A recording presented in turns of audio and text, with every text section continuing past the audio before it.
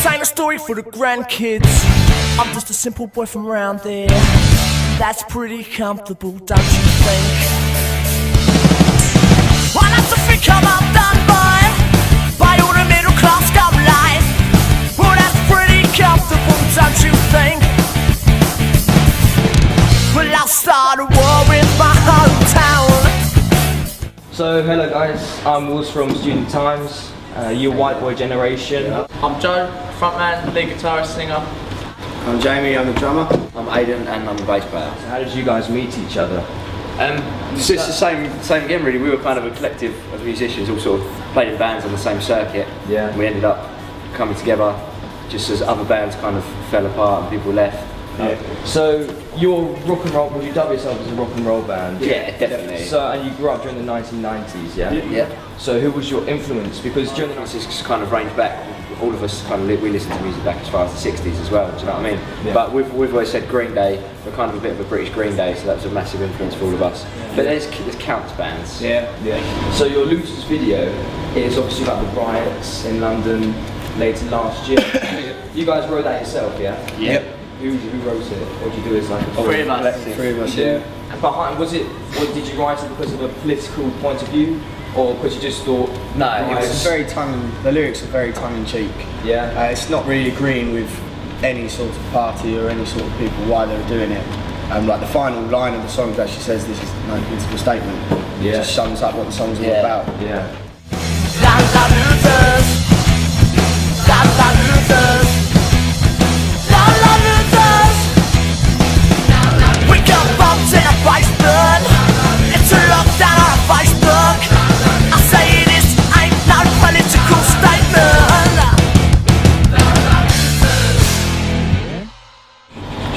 So you play the guitar and you sing. Yes. You're the drummer. No singing. No singing, and you're the guitar as well. Bass player. Bass. How did you start your own instruments? What made you choose your?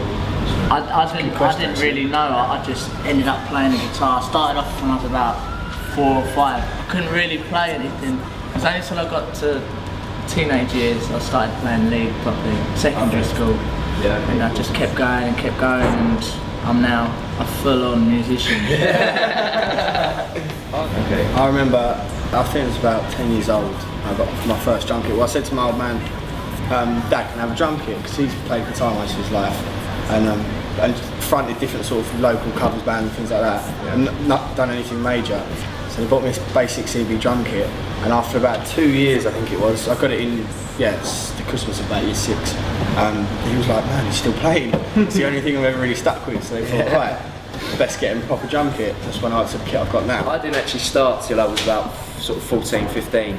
And it was kind of because a few mates of mine were in bands and I used to go and see them gig. And I thought, I want a bit of that, a bit of the attention they're getting. So it was kind of one of those things. But then I picked it up, found out I'd sort of had a bit of a knack for it really, and then just fell in love with it. I used to do all sorts of different things, used to do sport and stuff like that. But as soon as I sort of started playing, I well into music. So I was a bit of a late starter. Late bloomer. Yeah. Okay, so this Saturday you got a video shoot in Brighton. Yeah. Saturday just gone. Previous Saturday. Oh, previous Saturday. Yeah, the one just gone. Okay, so what was that like?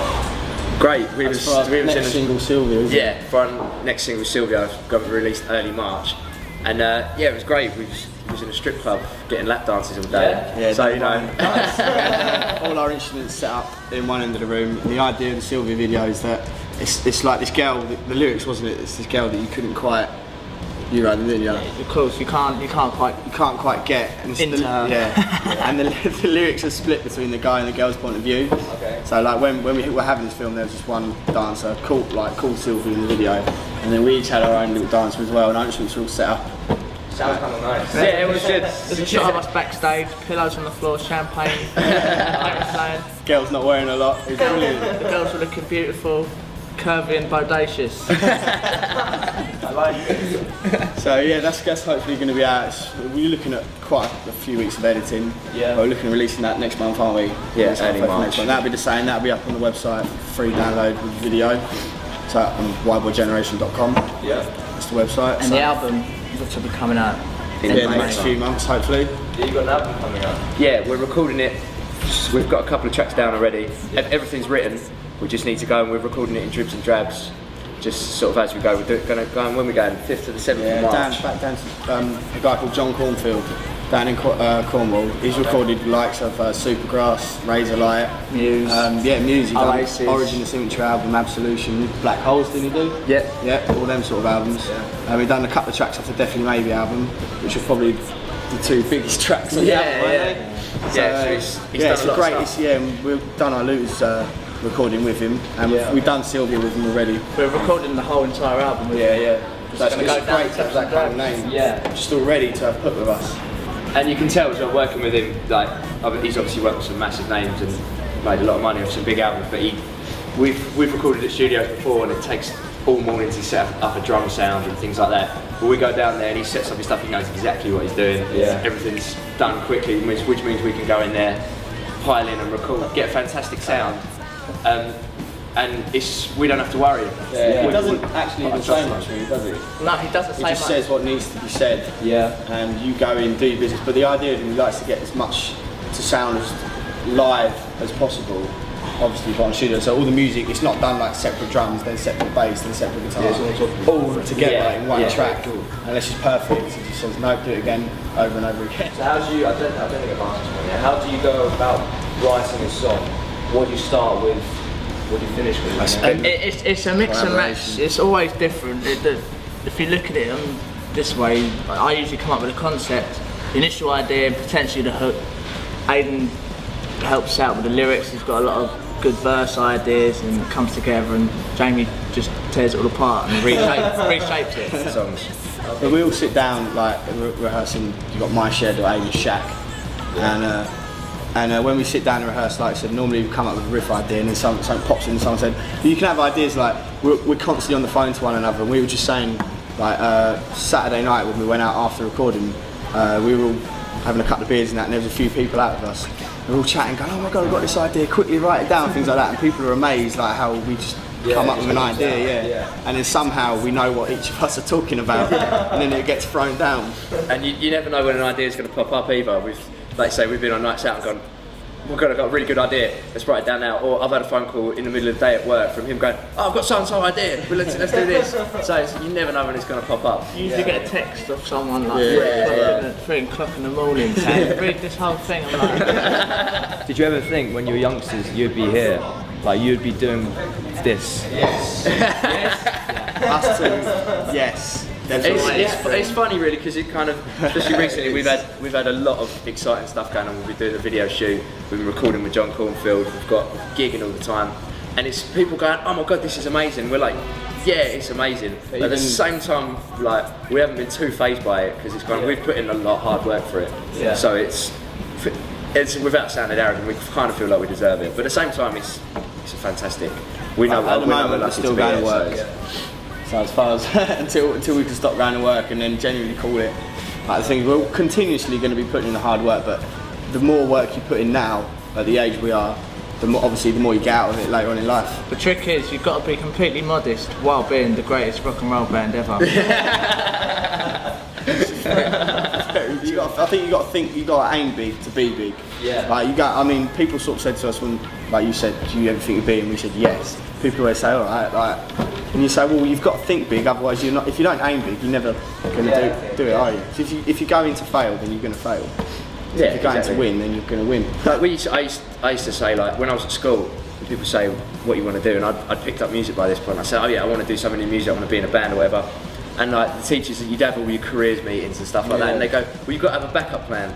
And I'd say, well, if I've got a backup plan, that's just planning for me to fail, surely. If I'm saying, just in case I fail, I'm going to do this, to me, that was already admitting defeat. So we're all in. Yeah, okay, cool. All in on this. That's good. I like that mentality. But it's easier with a free piece as well. Like I said, well, we've had friends bands like, over the past couple of years of doing really well, gigging loads and getting names and radio playing this, that and the other. And where there's been like 5 or 6 of them, it almost like there becomes little cliques in the band, like 2 become good friends and then 1 doesn't really get on with the rest of them, things like that, and arguments form. Whereas in this band, like we say, outside of the band, we're such a solid unit anyway. There isn't a day we don't spend together, and after rehearsals we're going down the pub or going out with mates and things like that. So you've got to be solid as a unit to do something well as well. So that's it. Cool. Right. Any advice you'd give to an up-and-coming band? Don't give up. Don't give up, yeah. Just Put in the work. gig anywhere and everywhere you can. Yeah, check out our website, www.wideboygeneration.com. There's the Looters video on there, and it's also available for free download off the website. A couple of other tracks, which are nice photos. Yeah, for your desktop backgrounds. Yeah. Always be Come good. and see us play live. Yeah, there's a list of all the gig dates on there. Headlining Camden Barfly on April 14th, which is a couple of months away. Casino Royale theme night, so everyone needs to be suited and booted. Yeah. The website, wideboygeneration.com, yeah, so Cool. other than that, Yeah, keep like the Facebook page as well. yeah, Facebook page. facebook.com, wideboygeneration. If you go on facebook.com/wideboygeneration UK. Also, if you go on a YouTube video account, subscribe to that, you'll be informed of all new videos, like Sylvia's coming out in the next month. Just give us some social network loving. yeah, social network loving. La la losers. La la losers. Yeah, we're hosting a national competition. Anyone who likes us on Facebook, Students. especially, Students. we'll draw the name out of a hat, out of luck, and we'll arrange a gig, and you get free tickets to come and see us. It'll be completely free gig in your hall of residency Or in your house. or in your house. If Can you have live us- in can your have us in garden, your we come house. down, do a little acoustic gig, or if it's at the student union, then we come down and play a full gig. So yeah, go on and like the page. Yeah, on facebook.com, Wideboygeneration UK. Nice. And be lucky. A story for the grandkids. I'm just a simple boy from around there. That's pretty comfortable, don't you think?